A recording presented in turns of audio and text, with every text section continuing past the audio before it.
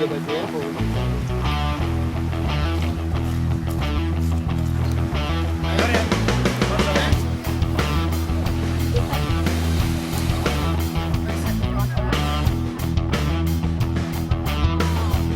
So the Transmoto 12-Hour was, we borrowed the idea from the mountain bike community. Mountain biking was the sport of mountain bike racing, I suppose, was shrinking in the late 90s, and then this concept of team-based events came along, where you go along and race with a bunch of your mates and in an endurance format, and we just really thought that it'd suit the dirt bike market. There wasn't really anything like that. Well, it was really Transmoto's ad and marketing guy, Andrew Hobbs, who came up with the idea, and it'd probably be crazy to say there's not a little bit of mountain biking model in the background there. I mean, mountain biking, the whole idea of a team's event, there's that camaraderie of competing without it being too serious. He'd done a lot of those events. There's been a big 24-hour one, so the 12 hours kind of came out of that. And just the idea that you can come along and you get the camaraderie of racing with your mates, and you can take it as seriously or casually as you want, and there's not really you're not riding for sheep stations, so to speak. I'd had that idea for a while, and then I got together with Lyndon Heffernan, who of Academy of Off-Road Riding fame and various other things, and Lyndon and I had talked for a while about doing an event, and he had the location. We had the idea, and we just got our heads together, and when we launched Transmoto, made the 12-hour reality. Yeah, but I think the big thing was that there was a real gap in the market between guys who were just doing your average trail ride and then guys who are competing, even at club and level.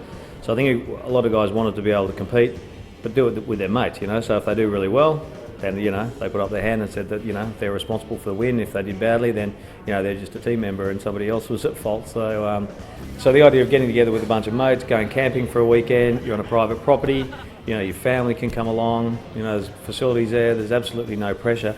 I think it was just a perfect way, like a stepping stone for them to get into racing. And so I think we always knew it was going to be sort of successful for that reason. Getting to the event, well, how would you say? It presented plenty of challenges for people. What can you say? We had the worst rain in southern New South Wales in 60-something years that caused us to postpone the first one. Boy, oh boy! And then we came into the second weekend. We had it scheduled, and it started raining again. And we're getting messages from people saying, is it going to be on? And we made the call to push on, thankfully. Then on top of that, we had a landslide on the King's Highway that closed the King's Highway and caused people coming up from the south to have to take something like a 4-hour detour to get to the event. Oh boy, then the creek crossing. That in itself was an adventure.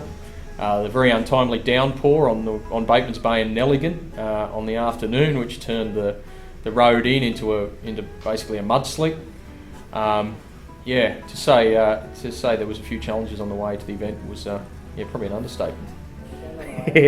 Well, we actually came in on the Friday, and we had a couple of vans and a couple of Navaros. So the Navaros were fine, but the vans we actually had to take the snorkel out of them because it was pretty close to waist deep. So it was kind of a bit of a rite of passage almost. Talking to all the local guys, we knew that the river was going to go down, but it was always a little bit touch and go. And there were a few guys who had different ideas about how to get across the river safely in a car. The guys who booted it soon figured out that that wasn't the way to go. But there were mechanics and a bunch of helping hands, like a four-wheel drive to tow them out, and a bunch of people were there to fix them up and sort them out. So I'm pretty sure all bar one guy drove home in the car that they came in. Well, look, I suppose the first place to start is after the challenges of the road in and the river crossing. Everyone came in on Saturday afternoon, and it took us a while to get everyone registered because we had a bunch of people who took the 4-hour detour around the landslide on the King's Highway. But eventually we got everyone registered.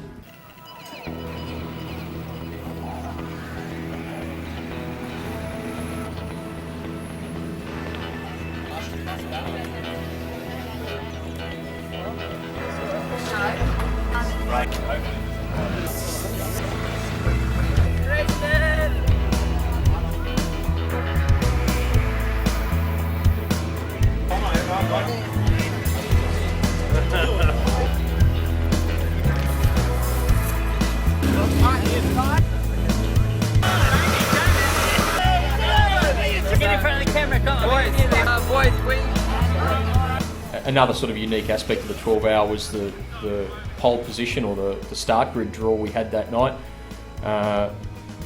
sponsored by our friends at Good Head Beer, where people drew random numbers that we had written on bottles of beer, and that set your starting position for the next morning. So we lined people up in rows of 6 the next morning, set them off a couple of minutes apart.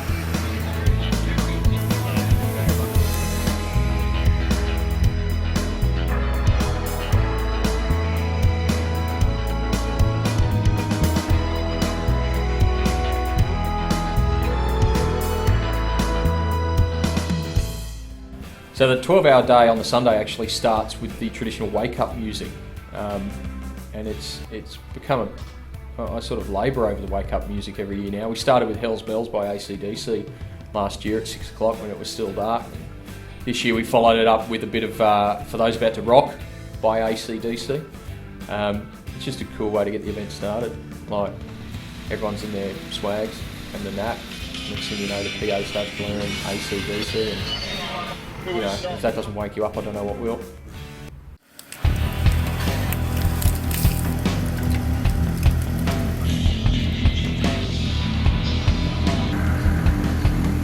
The special ones.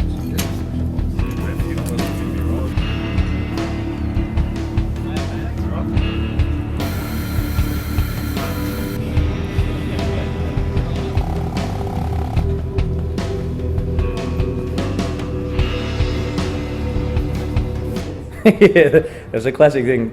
Chris Cater, who's been around the sport for a long time, and he's really involved with setting courses. He's set that many courses. The guy's an absolute magician.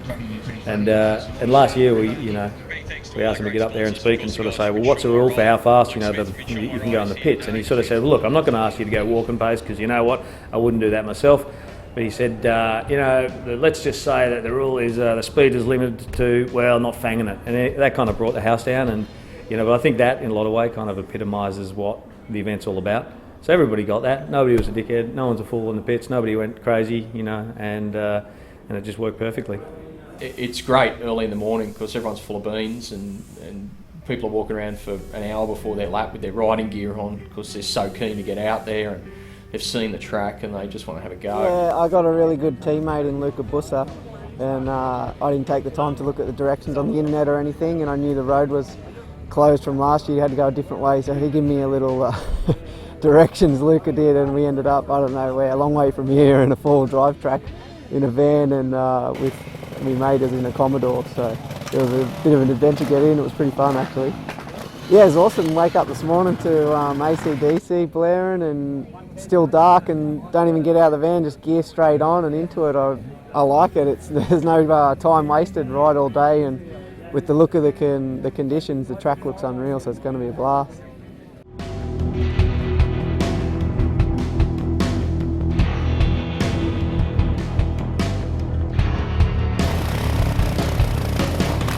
Very muddy getting in here. There was cars stuck everywhere, but we had Dad's van. It's got some big muddy tyres on it, so we hammered through it.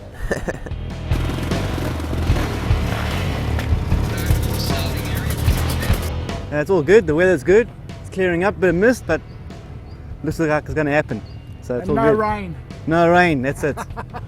That'll be good. Yeah, best conditions ever. yeah, it's really good. Yeah, perfect conditions. Happy to be here. Yeah. I don't know our team, mate. Too old, too slow or something? Yeah, too quick and too old or something? Yeah, we're too quick and too old. This is Douglas, he's our first rider for today. We spent last night here behind us. Great night. Perfect, can't complain. Yeah, really good. Yeah, we're looking forward to getting into it. Looks like a great day. Great setup. Main thing's no rain. Yeah.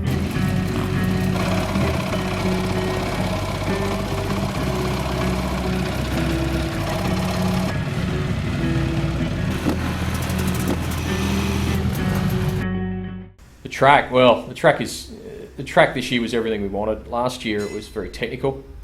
I suppose not very technical, but a lot of single track last year. And this year we had the opportunity to put in a lot more grass track. I mean, the track that's Lyndon's creation. He's the mad scientist that put that together with Chris Cater and some other guys, and the track that we got this year was everything we wanted it to be.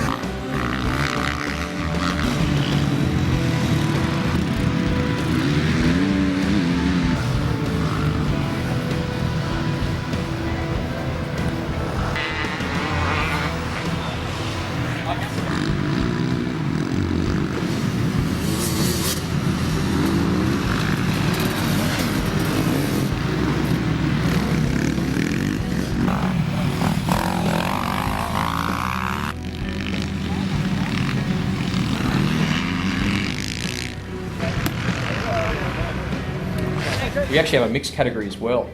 This year it was taken out by the Two Bangers, the team name was. And yeah, it was good to see we had more mixed teams this year than last year, which was great. Start off second row next to Riemann and Cater, so it was pretty interesting to see how fast they go through the bush. You think you're going pretty good until you see them go past you. Oh, it's going to be awesome. Yeah, another hour or two, but yeah, it'll be unreal. It'll be Loamtown. Yeah, really looking forward to get back out there again. Yeah, it was pretty daunting not knowing where the track goes. You think, oh no, it's going right. Next minute, oh, you know, there's a gate there, or it drops down, turns left or turns right. So yeah, it was pretty slippery first lap, but no, it was fun. Yeah, it's drying out. It's really good. Yeah, a few DRs getting around, roadblocks. But no, it's really good because everybody's moving out of your road when you sort of bore around. You come up behind them and everybody. Yeah, it's really good. Thanks, Mike. Better than that, me.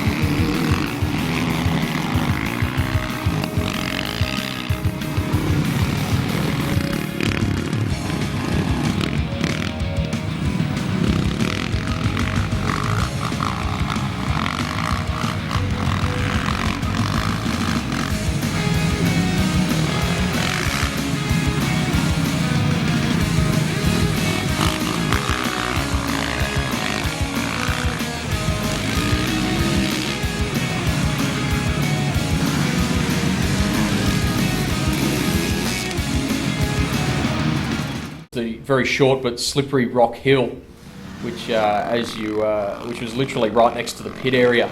So if you came a cropper there, everyone saw it, and it was really slippery, rocky, and it wasn't long. It was only like 10 or 15 metres long, but quite steep, and actually built a little crowd by the end of the day watching people, come off there.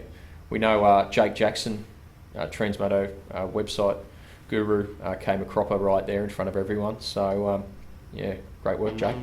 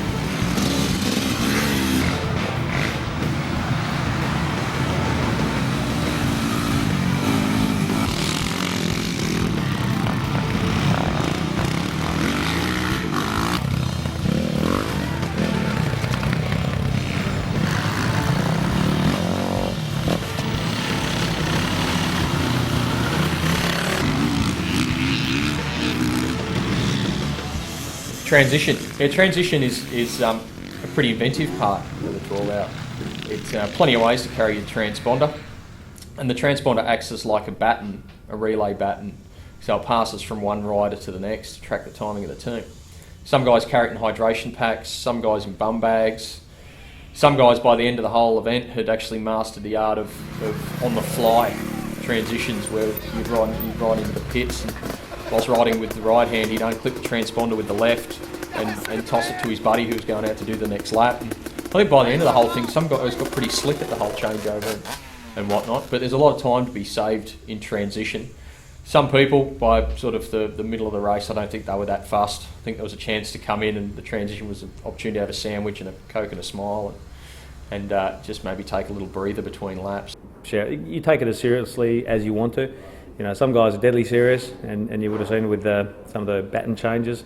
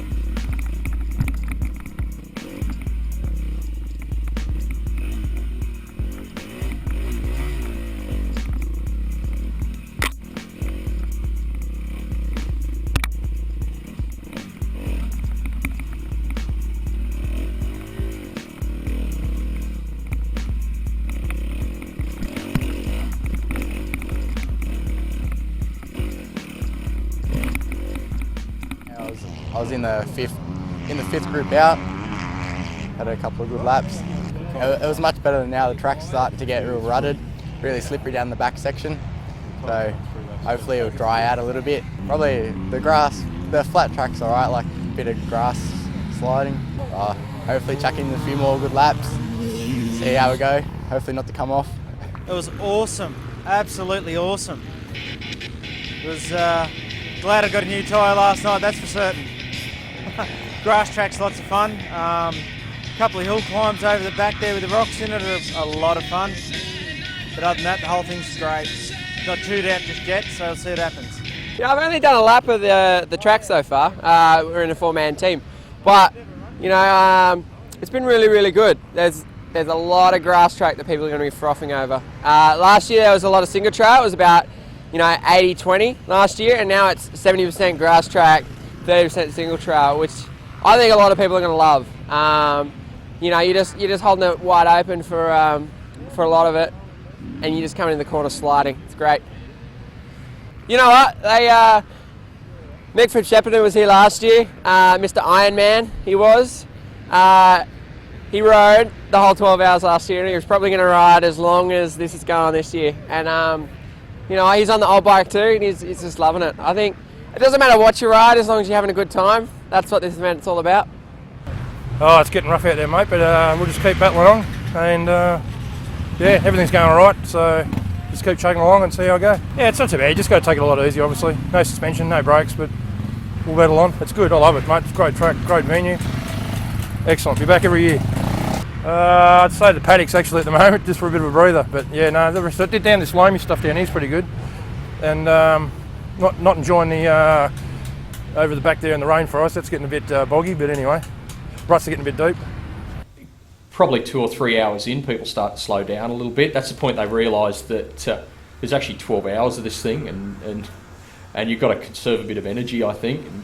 And you see a few people ducking off for maybe a bit of a nap or a lie down and whatnot. So that's when sort of reality sets in, and the idea that you've got to make it through to the end. You've got to make it all the way to the 12th hour to make this thing count.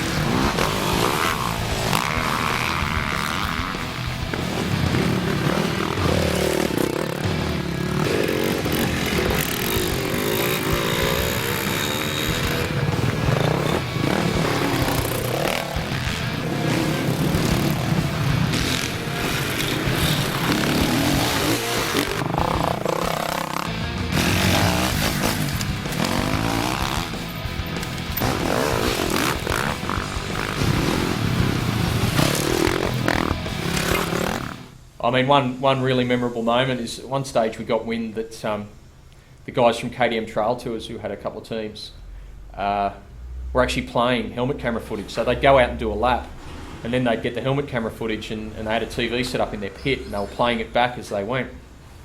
But we got wind that Lindsay Bond had actually had a bit of an off out on the track, and we sauntered on over to their pit to find the whole KTM Trail Tours crew admiring Bondy going through this super fast lap, and at which point he decided to come a cropper and hit the deck, and thankfully Lindsay was all right, but that was one of those pretty cool moments too.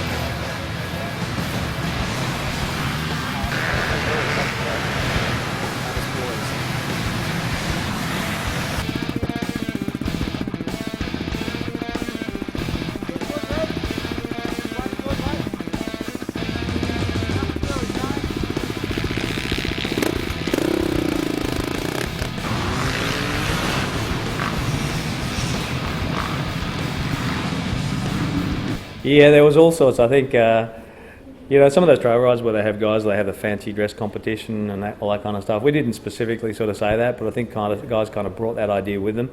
There's one guy in overalls, which looked like a sperm suit this year. Paul Hoffman, who actually won the Tool Store Spirit of the Event Award, and he just stood out from the crowd with this amazing open face helmet and a pair of you know, Mark 8 Spitfire-esque goggles on. But the helmet is some sort of ISDE team issue from 1998, green and gold with a boxing kangaroo, and it was just a classic sight watching him go around. You know, there's a classic guy from Mick from Shepparton, who was he rode last year, and he's a classic guy. He wears kind of an Akuba hat on top of the helmet, and he rides this super old IT. You can tell where he is around the track by the smoke trail he leaves. But you know, the guy made it. You know, he rode the Ironman, and he was one of 8 guys I think that finished this year.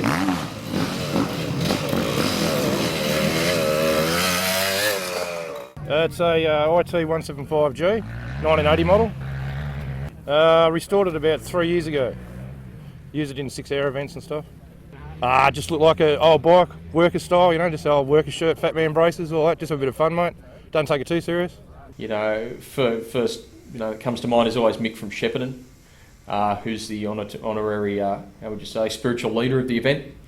Mick rode last year and he rode this year on his old IT Yamaha, and he rides the whole thing solo, and he's high-vis shirt, and he just goes for hours and hours and hours, and you know, so, you know, Mick is really a cool part of the event.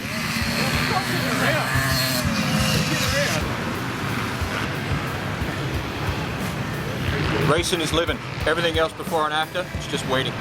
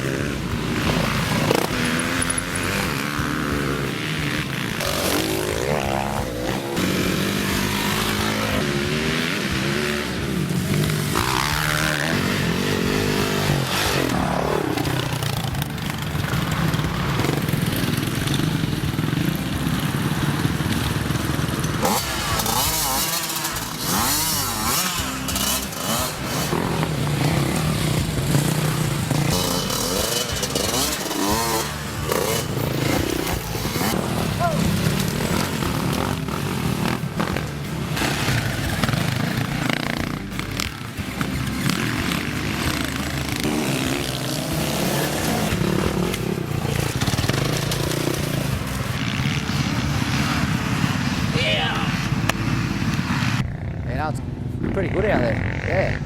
I don't know how many people I've had to say sorry to because I've overtaken them in silly spots, but anyway, it's all right. I just reckon it's so good that everybody just gets out of the road. Everyone's here to have a good time, so yeah. It's hot. Oh, looks like it's going to rain soon. Doesn't really matter, it's drying out. Thanks very much, Transmoto. Good job. It's awesome riding out there. The track's starting to get nice and sticky, so it's a good day so far. Oh yeah, it's not too hot. It was a bit hot last year, so it's all right at the moment, as long as the sort of rain stays away. But the rainforest bit's a bit how you going. Bogs are starting to sort of creep up a bit, but it's nice and fast and flowing, and I think fellas are having a good time. I'm having a good time. Yesterday was a bit wet, but now it's all drying up now, and everyone's having fun, and yeah, it's good, mate. And yeah, we've done 4 laps. Yeah, the tree routes are a bit tough at times, but you know, you just got to do your best to get around them, and you got to watch you don't run up the back of other people that are getting stuck on them, I guess. We couldn't be happy with the weather. Track's a little bit greasy, but that's what happens when it rains for a couple of weeks to the lead up of the event. They've only done one lap. The rest of the guys have done more laps than me.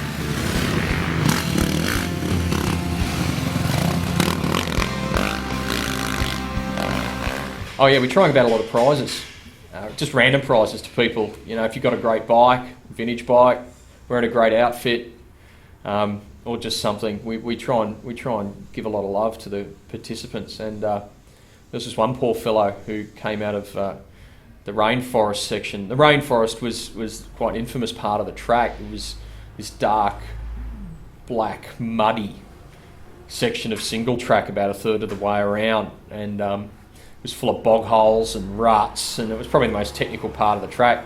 But this poor guy, his bike had given up in there, and it'd be a good half a kilometre back to the pit area.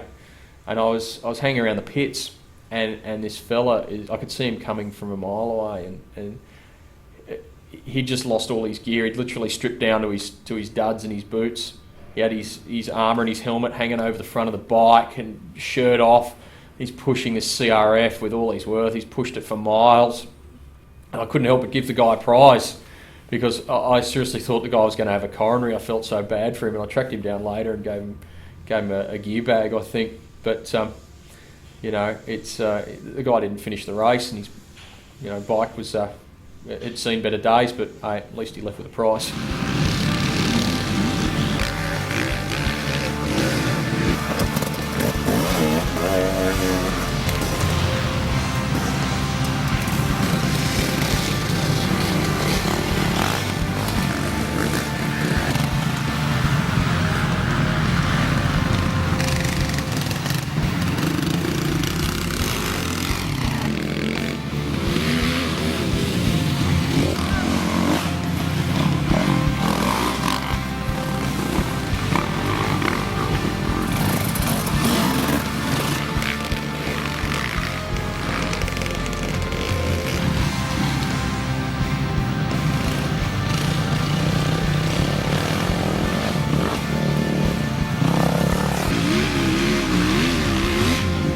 I think we're about lunchtime now, and the track's getting nice and worn in. There's quite a lot of big ruts in there, but they've shortened it off so it's not as difficult. I know through the rainforest section, a lot of guys were having a lot of trouble, but it's really good. I think as far as everyone this afternoon goes, I see a lot of tired faces in the pits just walking around, and I think this race will be, well, it's more of a ride, but this race will be won this afternoon. Consistency is key.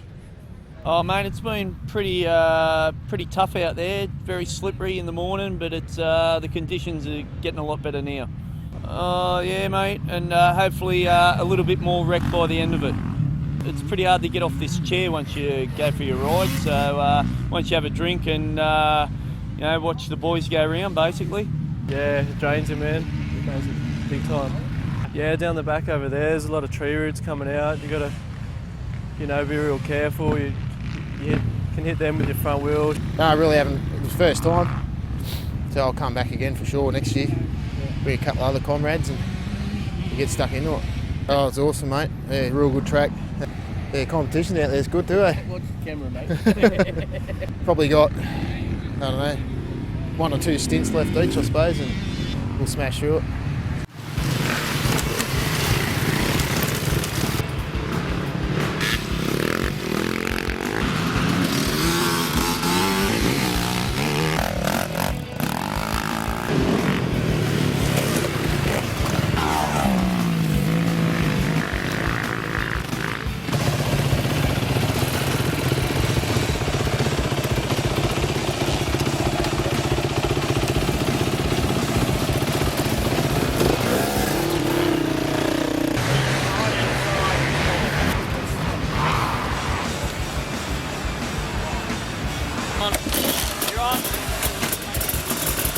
Stopwatch on, man.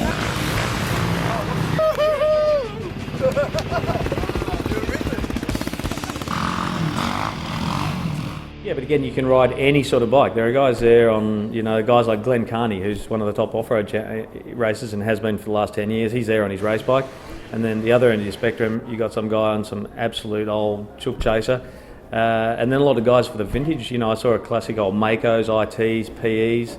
And I think that's the beauty of it too, because it doesn't have to be a registered bike. As I said, private property. So really, the only rule is that the guy riding the thing is over 16 years old and he's wearing the proper protective equipment. It's kind of fantastic. Well, that's a key part of the event is the idea that everyone shares the track. Clubmen and pros. The class, we only have team classes: Ironman, 2-man, 4-man. We don't have pros and amateurs, so everyone gets to ride the same track at the same time. And there's just something cool as an amateur rider about riding with a Glenn Carney and experiencing that. And everyone on the track is so courteous, which I think is a big part of the 12 hours.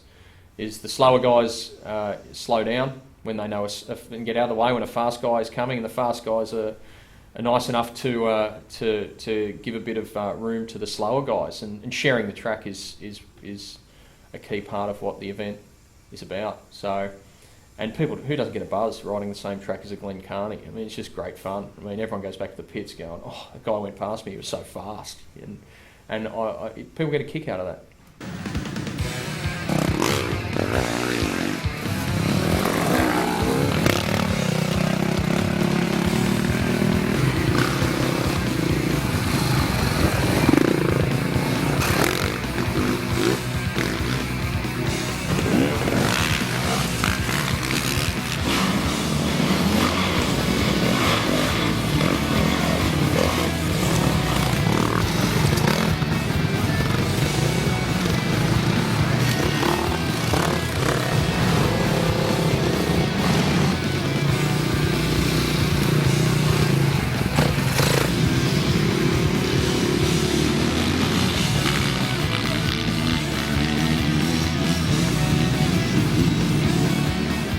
So the race came down pretty much to a couple of teams, but the two teams going blow for blow at the top were the guys from Detour 1 and Almost, and it's really quite funny because the Adam Riemann and Luca Bussa from Almost weren't even going to ride the event. They decided the night before to have a go, and but they kind of halfway through, I think they realised they were giving it a red hot go and decided to turn the wick up a bit and really put in some fast laps. And the great thing was they were a 2-man team.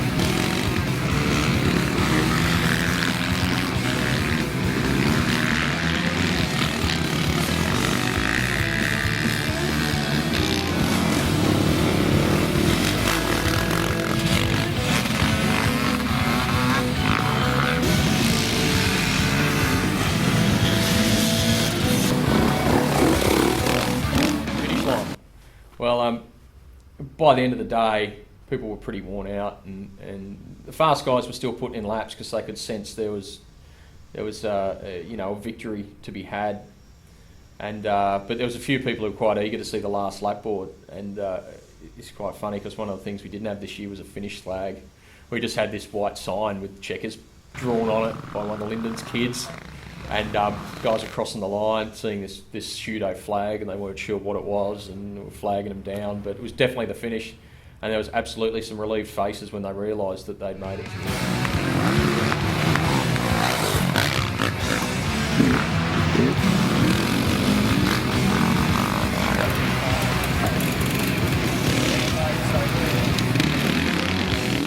All right, we just wrapped up the Transmoto 12-hour. It's 5 o'clock. Everyone's starting to pack up. It's been a great day. Everyone's feeling pretty sore. I've pulled a beer, sat down, I'm not moving for the rest of the night. That's it, I'm done. And I'm sure a lot of other people are going to be doing the same. Transmoto 12-Hour. So, as usual, last year was a good event. This year it's even, I think, a better event. Better event without the creek crossing. Got some good lines out there, just held it wide open on the grass sections. A lot of people here having a good time, cheering everyone on, and real good atmosphere for the whole day. Yeah, I'm not sure what we got yet. I think we'll come in second at one stage, but it's probably third, I think. So third or fourth, so yeah, overall. So we're stoked. Yeah, so thumbs up to Carney, Blizzard and Bushy. Good team effort, mate. Yeah, it was awesome. The bike went well, bar one fair plug. I didn't do too good, but anyway, you get that. Just cramped up bad by about lap 5, but anyway, I still got about 11 or 12, I think, so I had a ball. I'll be back again next year, and yeah, it's got a little bit rutted out in spots, but no, it was great. Loved it. Awesome, mate. Best ride I've ever had in a long time. Very grueling, very demeaning ride, but mate, me and the boys, we finished the whole day, and mate, yeah, back next year for sure. As far as I know, we had a group of 4. We were coming 32nd out of 60-something groups. But I'm hoping we busted into the 20s by the end of the day. Consistency, I reckon. Yeah, we're going to have a couple of drinks. We've got the barbecue going now, a bit of food. Yeah, sit around and talk to the boys, a bit of a chat. And yeah, just relax. We'll probably sleep well tonight. We're a bit sore, but mate, all good. Excellent day.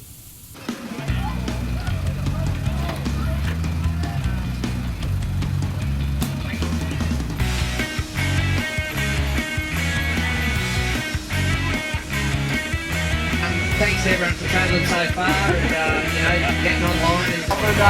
Freshwater got second. Well, I'll tell you what.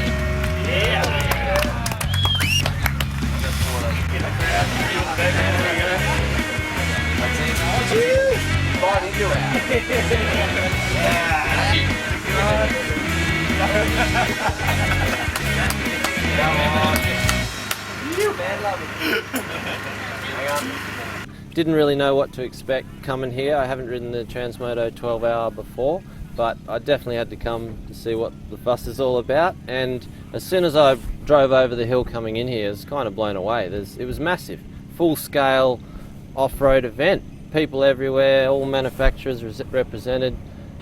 Pretty impressive. But then the idea of starting at like 6 o'clock or whatever time we started, wasn't quite ready for that. Yeah, look, it was a bit of a spur-of-the-moment decision. I only actually decided to ride last night. Yeah, it was worth it. The track turned out awesome. I didn't think it was going to be that good. The weather leading up to it, I only live about 20 minutes away. I was watching the weather all week sort of thing, and it was looking pretty bad, but yeah, it turned out good. The track was awesome, and yeah, run a pretty good event, really. I was just impressed today by how smoothly you had 400 plus riders circulating on a 10k course. And yeah, credit to the guys who mapped it out, because it could have got ugly, but it didn't. I don't think there were any injuries for people riding well past their fatigue limits. I know I was shattered by the final hour, but again, the organisers killed it there. Really good, well-run event. Yeah, oh man, honestly, I let Riemann go first, and I was just seeing how he went sort of thing, as to whether we were going to actually race sort of thing, or we were just going to muck around and do a couple of laps until, yeah, the first lap Riemann was going, he was in second, I think, and when we pitted, so yeah, it was on, I just thought, let's go for it. And then the guys in second, the team of 4 in second place were hunting us down, so yeah, no, it's a credit to Luca for just smashing that last lap and hanging on to the win for us, but you know, it wasn't easy. There's nothing easy about trying to ride for 6 hours on a track like that.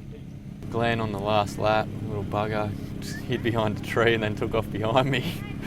And we had a little battle all the way to the finish line pretty much, which is pretty fun. That was probably the funnest thing of the whole day, actually. Like everybody kicked back around a campfire and had a feed and had a few beers with their mates, and you're right, they're pretty buggered. Like, you've got to have some energy to party hard, and I think, most people, we had generators off on the Saturday night at 9 o'clock, and I think most people pretty much respected that. There might have been a few going still at 10, but everybody got a good sleep. But it was interesting actually, because I think about more than half the guys actually stayed around on the Sunday night this year instead of risking falling asleep, on the drive home after you've been riding, pretty much all of daylight hours. A lot of people figure they just have a few quiet beers, camp, talk shop about the day, and swap notes. There's a lot of guys with helmet cam footage that were running on screens there, and then drove home in the morning, which was, I think, the best way to do it. I mean, at the end of the day, I think everyone had a really good time at the 12-hour this year. I mean, we were certainly happy with it, and we really look forward to 2013, because it's just, we can just make it better and better, I think, as an event. And a big shout out goes to Lyndon Hefton and his family and friends and everyone who helped out getting the place together and the track, and also the guys from Nowra District Motorcycle Club, Wayne and Kim, who come along and help us out as well. I mean, those guys are great. Already planning 2013. Look forward to introducing some more innovations to the event, and bigger and better things next year.